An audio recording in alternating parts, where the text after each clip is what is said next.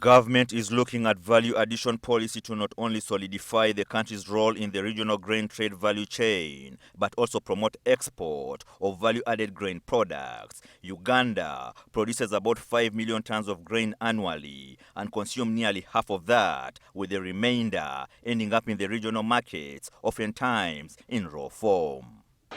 In the East African community, actually, Uganda contributes quite a lot.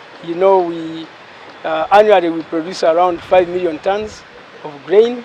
We consume around 2.53, so the balance is for export. But now the government policy is that we add value. We don't want to continue exporting raw grain. Recently we had a conference in Nairobi to establish the countries that have a deficit in their food systems, but also those that have a surplus in the food system.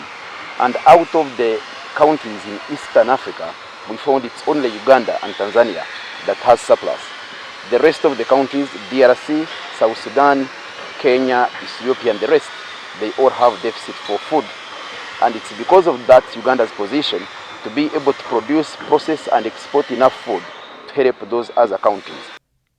To address quality and standard issues in the grain trade value chain, industry players are now advocating for an overseer in the form of an authority to regulate the sector, whose value is projected to grow in excess of 20 trillion, up from 16 trillion over the next 4 to 5 years. And the Africa Grain Trade Summit, held last week in Kampala, according to grain sector players, was a perfect platform to drive the sector agenda forward. Ismail Ladu, NTV Business.